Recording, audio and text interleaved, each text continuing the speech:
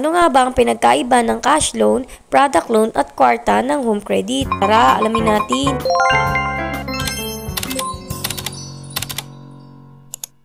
So, ang home credit ay mayroong tatlong loan. Isa na nga rito ang product loan, cash loan, at lastly yung kwarta. So, ano nga ba ang pinagkaiba ng tatlong yan? Unahin na nga natin itong product loan. So, itong home credit product loan ay isang uri ng loan ni home credit na kung saan pwede tayo mag-purchase ng iba't ibang product mismo sa store. So, ito yung mga list ng mga finances na available sa home credit. So, ayan, marami yan. May appliances, electronics, e-bike, pwedeng-pwede yan, home improvement, at marami pa dyang iba. Basta, i-make sure nyo lang na kapag pupunta kayo sa isang store, dapat may makita kayo na logo ng home credit para masabi natin na available ang home credit sa store na yon. Pero kasi sa daming user ng home credit, halos lahat ng store sa Pilipinas is meron na nito. So, base sa experience ko, ito dapat ang una ninyong ma-avail para maging available din sa inyo ang dalawang loan. So, next naman ay cash loan. Sinasabi ng home credit na itong cash loan daw ay sobrang madali mo lang makukuha, which is totoo talaga dahil nakapag-try na akong mag-loan dito sa cash loan. Fast approval din siya kaya dapat kompleto yung mga requirements mo. So, ito yung isa sa pinakamaganda kasi nga hindi mo na kailangan lumabas pa para mag-apply ka ng loan. Nasabi din dito na from 3,000 to 150,000 ang pwedeng ma-offer sa'yo. So, ano nga ba ang mga requirements ni home credit cash loan? Syempre, dapat Filipino resident ka, 18 to 68 years old. Next naman ay need mo rin mag-send ng ID. Merong primary and secondary ID.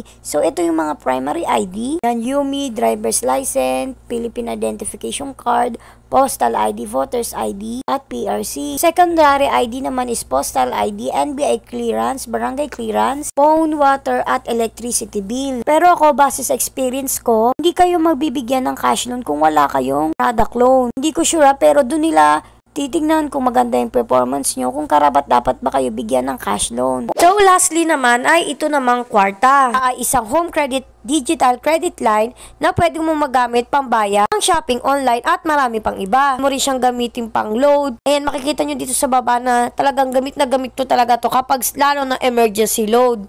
Tapos, next naman ang itong Lazada. Lahat ng tatlong loan na ito ng home credit ay pwede ninyong ma-avail basta marunong kayo magbayad ng tama. Kasi base sa experience ko, una is product loan lang ako. Nung nakadalawa o tatlong product loan na ako, lumabas na si kwarta. Tapos, nung ginamit si kwarta, lumabas naman si cash loan. Kaya as of now, tatlong loan yung available sa akin. Pero yun nga, no, salamat sa panonood. Kaya laging tandaan, loan at your own risk. Thank you for watching. Yun lang.